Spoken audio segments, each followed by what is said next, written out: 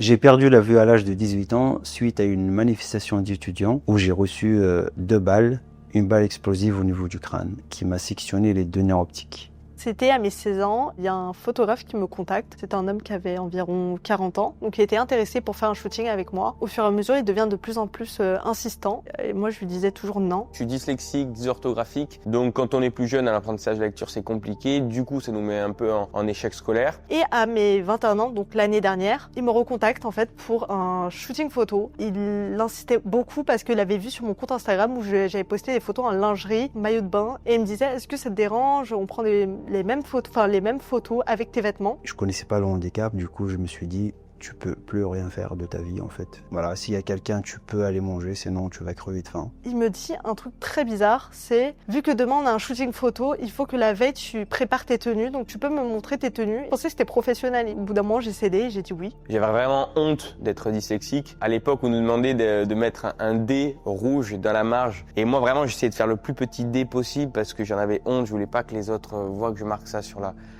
marge. Une semaine plus tard, je reçois en fait un message d'un abonné qui me dit « Est-ce que c'est toi ?» Et je sais pas pourquoi, j'ai cliqué dessus. C'était un lien, mais en fait c'était des photos de moi que j'avais envoyées à ce photographe. J'ai vécu très mal, bien sûr, très douloureux. Sur mon mental, je pense que j'étais au plus bas. Je me suis senti très tôt différent, mais pas dans le bon sens du différent. Parce que surtout au primaire et au collège, c'est quand même des années où on se construit. Et on veut surtout se construire comme les autres. Ça a beaucoup eu d'impact sur moi. Par exemple, j'avais peu confiance en moi. J'en parlais à personne parce que j'avais vraiment honte. Je dormais beaucoup moins. Je mangeais moins aussi. Je sais pourquoi j'ai perdu la vue. C'est un combat auquel je croyais à l'époque et je crois toujours. 0 regret. Et de 2, je pense que le CC-Foot m'a permis de revenir un peu plus fort dans la vie. J'ai repris la main sur ça la première fois que je suis monté sur scène en parlant de dyslexie. Et la première fois que j'ai entendu des gens rigoler de mon trouble, de ma dyslexie, c'était génial. Mais la cerise sur le gâteau, c'est les premiers messages que j'ai reçus. J'ai décidé cette année d'en parler à mon copain.